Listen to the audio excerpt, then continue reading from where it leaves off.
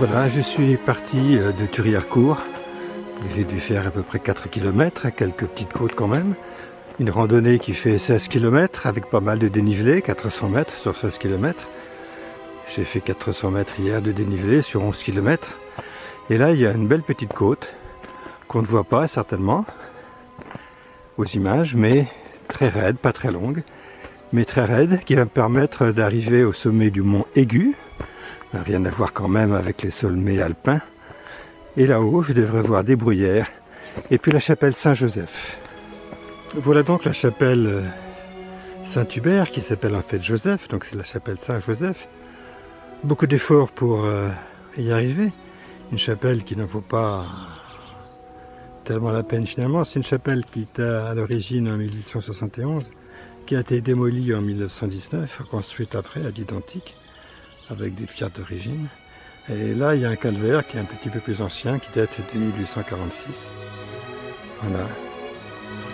Et là, il y a un chien qui en a un peu marre, qui regrette un peu des fois d'avoir un maître qui randonne.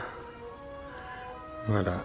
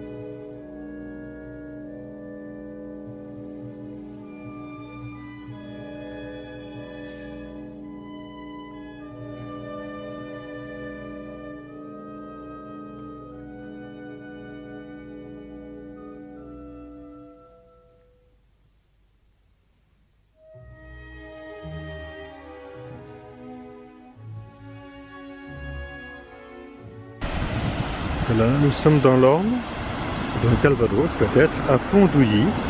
Donc la rivière que l'on voit, c'est l'Orne. Et là on voit des canoës qui sont en train de démarrer. Ils passent un petit rapide à force de cris et voilà le travail. Ah oui, ça fait toujours peur. Allez, au suivant.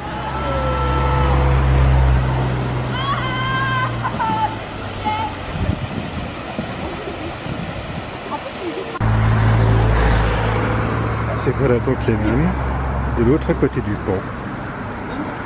Allez, c'est parti.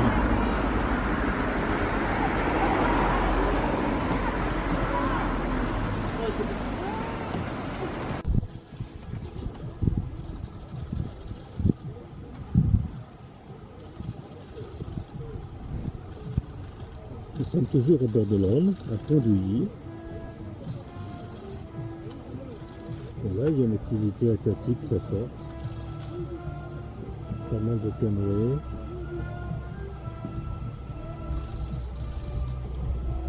Avec également de la compétition.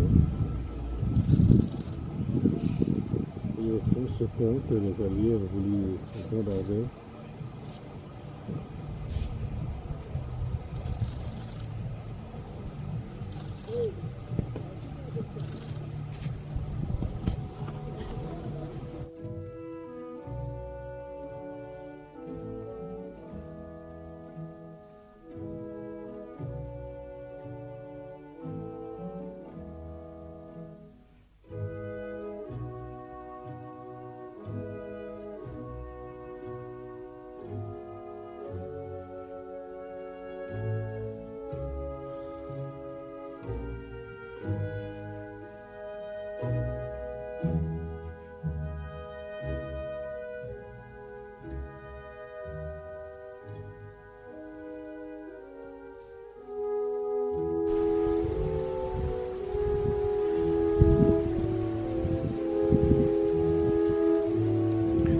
Voilà, donc je suis à la roche d'Otre, OETRE, un des sites remarquables de la Suisse normande.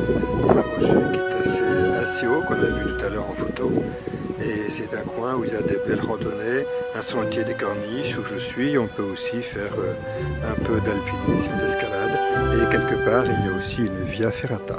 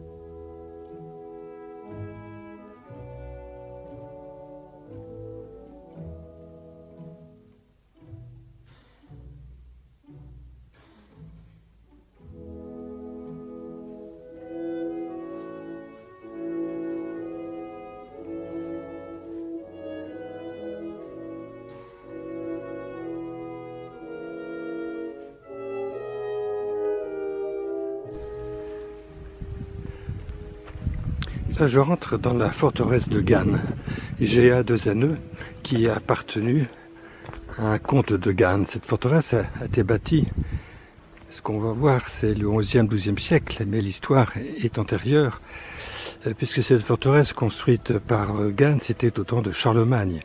Gannes, Géa de Zanneux, avait un fils, Ganelon. Ganelon s'en souvient, les plus vieux s'en souviennent, c'est celui qui avait trahi Charlemagne, et qui avait notamment provoqué la mort de l'ami Roland.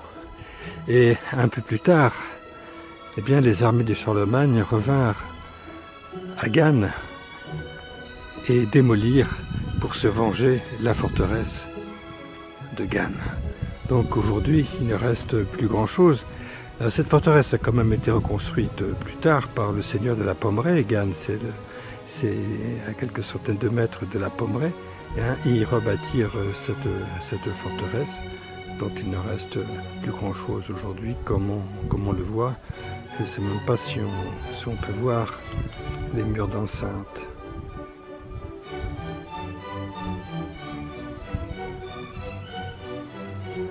Voilà, donc on va continuer la promenade. Voilà, donc il ne reste que quelques ruines, des murs très bas. Donc on a mis des petits écriteaux pour nous indiquer où étaient les pièces. Donc au tout bout, le premier écriteau, c'était une salle à manger. Là, celui-là où il y a l'arbre, c'était le logis du roi. Hein, il faut avoir évidemment beaucoup d'imagination. Hein, peut-être là le reste du donjon, donc ça devait faire partie aussi du logis du roi ou du seigneur. Et donc là on va arriver à la cuisine. Hein, c'est écrit dessus, donc on fait confiance. Là c'est la sortie qui fait le pendant à l'endroit par où on est entré.